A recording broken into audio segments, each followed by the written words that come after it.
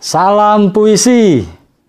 Kali ini saya akan membedah satu buku puisi ditulis oleh 31 pegiat literasi yang tergabung di grup WA GPMB. GPMB itu Gerakan Pemasyarakatan Minat Baca dan Pegiat Literasi Nasional, ya. Ada 31 penulis dan 162 puisi. Judulnya Samudra Ekspresi. Saya baru terima tadi sore, hari Senin, tanggal 5 Juli 2021. Hari bersejarah bagi GPMB.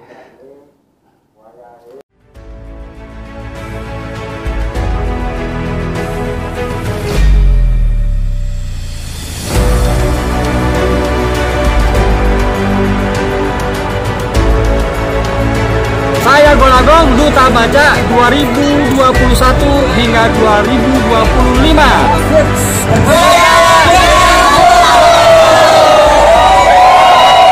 Dengan buku.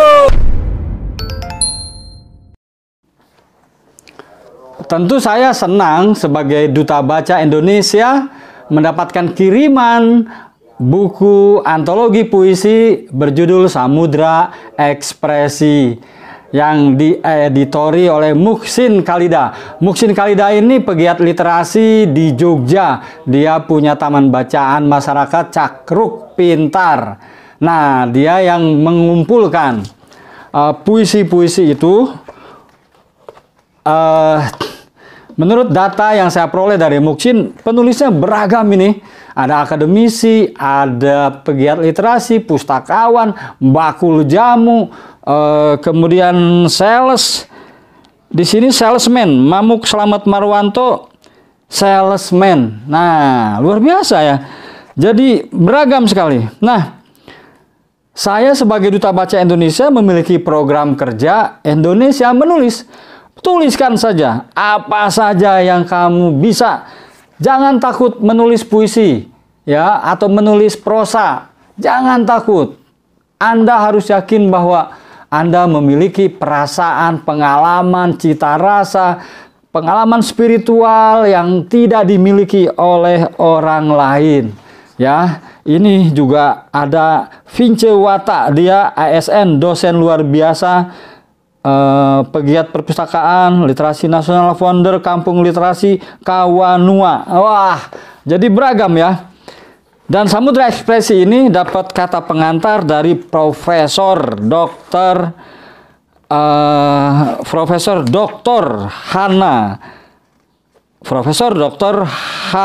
Hana MPD. Haknya Haji mungkin ya.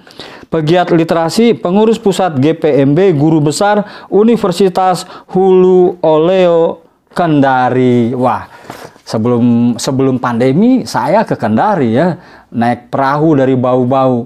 Sebelumnya dari Bombana naik perahu 1 malam. Oke, Profesor Dr. Haji Hana MPD menulis di awalnya ya, paragraf pertama, kutitip negara ini lewat literasi. Mungkin hanya dengan frase itu yang mengilhami saya menulis kata pengantar dalam buku puisi Samudra Ekspresi ini. Ya, jadi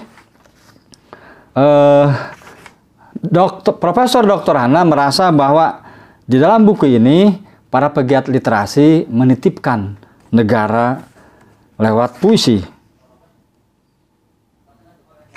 Nah, yang paling menarik lagi, di paragraf terakhir, Profesor Dr. Hana ini merangkum bahwa ada 3 muatan dalam antologi puisi ini. Dia menulis, kita perlu pahami bahwa cinta dalam bahasa Ibrani memiliki 3 definisi yang sangat signifikan. Agape, cinta yang berkaitan dengan Tuhan. Jadi di dalam antologi puisi ini ada yang puisi berhubungan dengan cinta kepada Tuhan, yaitu agape. Ada yang berhubungan dengan tanpa hawa nafsu, eros, di sini juga ada. Jadi cinta murni, suci, tidak berkaitan dengan hawa nafsu. Nah, yang terakhir nih filia. Jadi cinta sesama yang memiliki hawa nafsu, hasrat untuk saling memiliki. Wah, jadi ini puisi-puisi untuk lawan jenis. Menarik, saya harus mencari nih seperti apa puisi yang tadi, filia tadi. Dengan buku.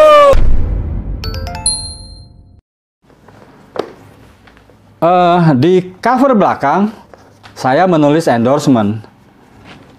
Saya belum mengkritik ya, masih santai, pemanasan ya. Literasi dalam puisi, tulis saya, bisa kita temukan di buku ini. Jadi buku ini memang literasi baca tulis dalam bentuk puisi. Puisi suara hati yang ingin melihat anak negeri berdaya dengan buku. Inilah era di mana semua pegiat literasi berlomba-lomba menulis.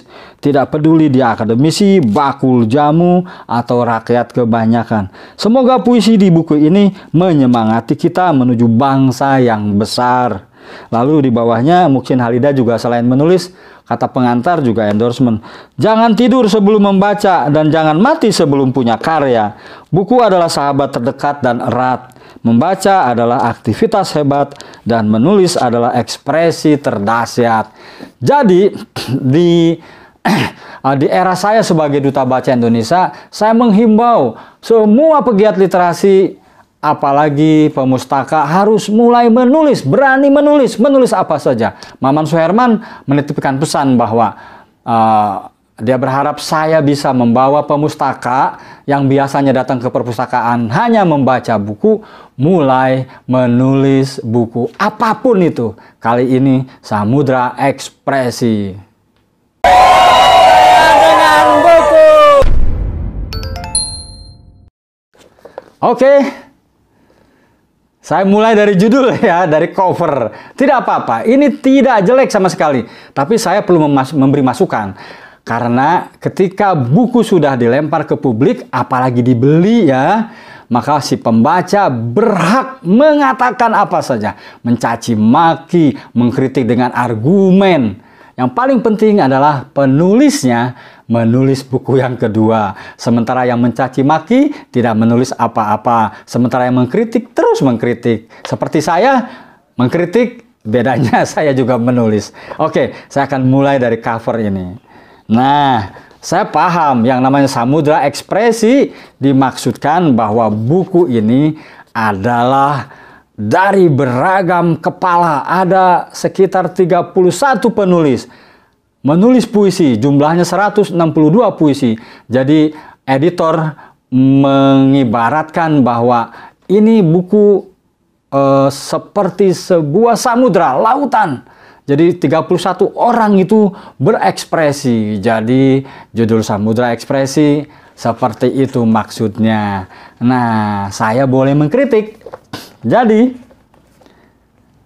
saya memahami latar belakang Muksin Halida, Profesor Dr. Hana dan yang lain karena memang mereka adalah orang-orang katakanlah yang bergerak di dunia formal. Walaupun Muksin memiliki taman bacaan masyarakat, maka buku ini memang sangat formal dari desainnya ya, judulnya juga. Jadi judul ini sebetulnya imajinatif, tidak dilarang. Tapi dengan kemasan seperti ini, pembaca mendapat kesan satu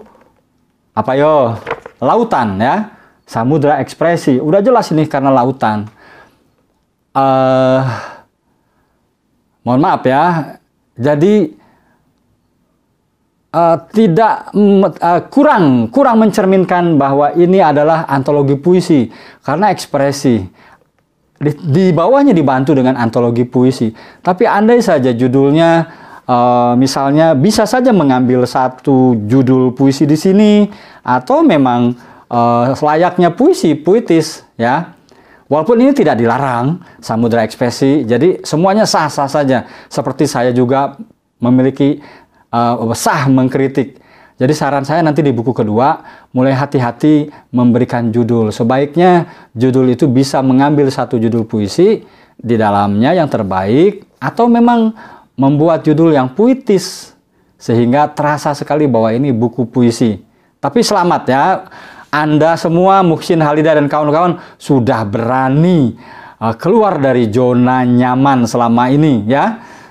Sebagai pegiat literasi yang selama ini hanya display buku orang, ya, kemudian berkutat di katalog, mengkaji.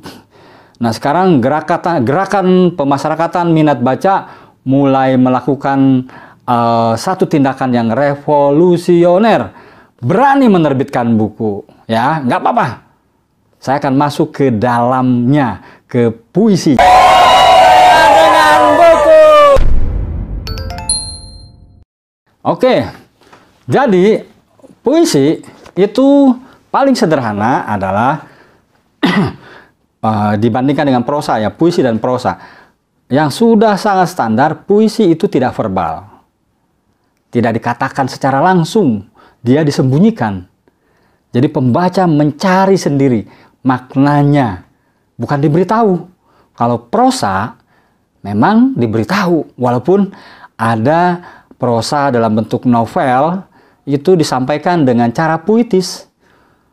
Nah, biasanya dalam narasi misalnya kalau ada satu tokoh, misalnya Marwan berdiri menatap senja, matahari bergulir turun ke batas cakrawala.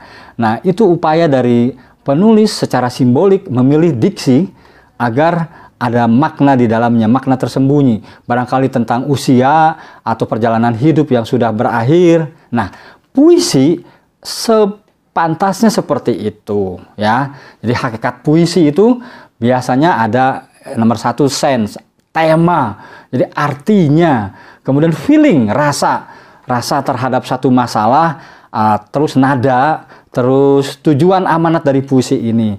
Kemudian pemilihan diksinya, ada yang memakai gaya lama, misalnya AB, ada yang memiliki musikalitasnya, rimanya.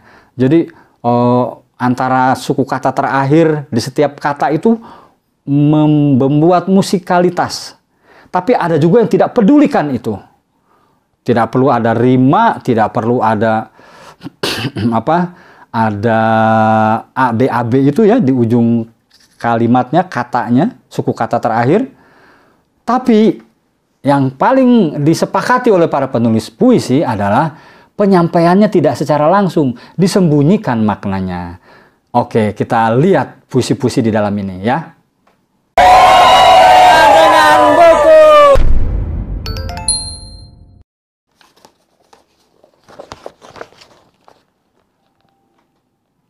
Baidatul Muhlisin, ya. Baidatul Muhlisin. Dia seorang apa nih? Dia pegiat literasi, penulis, Grobogan, Jawa Tengah. Oke, saya bacakan satu, ya. Nih, yang pendek aja. Ini panjang juga. Dia menulis berapa puisi ini? 1, 2, 3 puisi, dan panjang-panjang puisinya.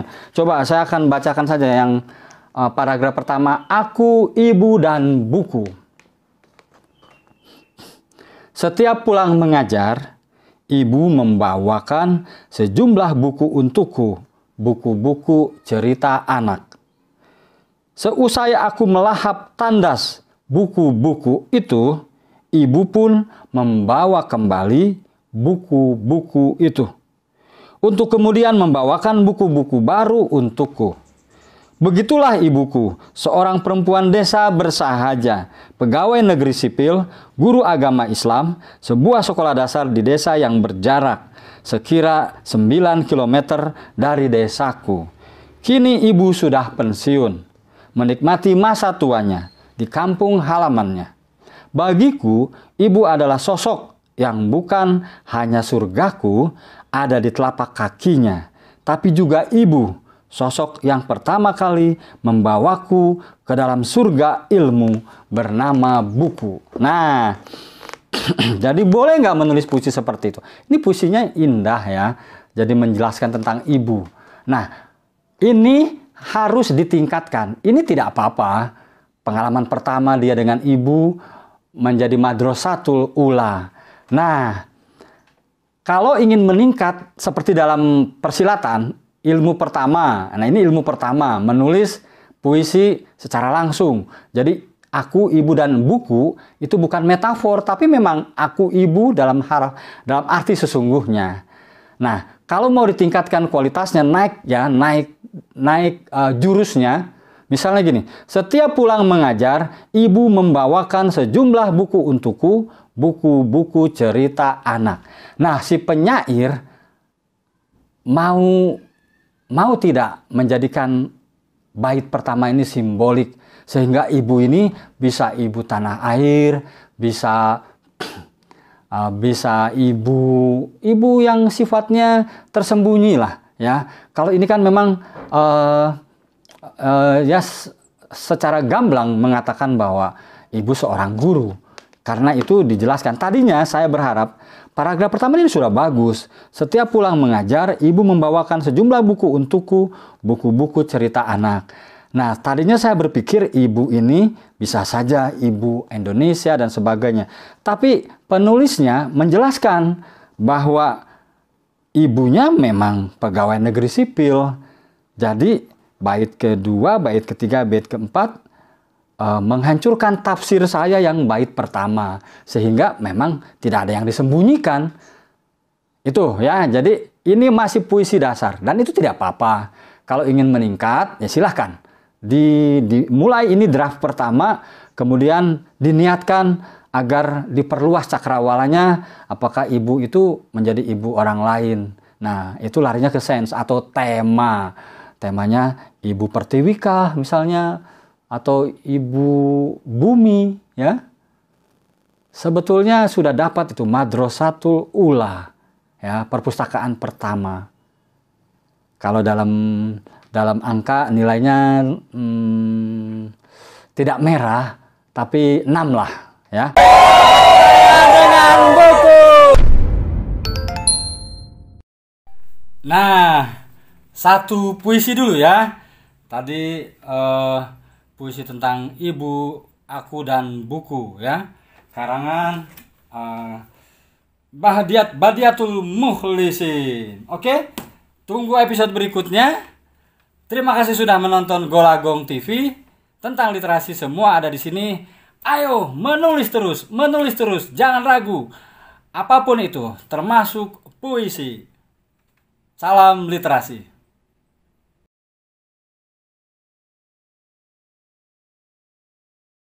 Saya Golagong, Duta Baca 2021 hingga 2025.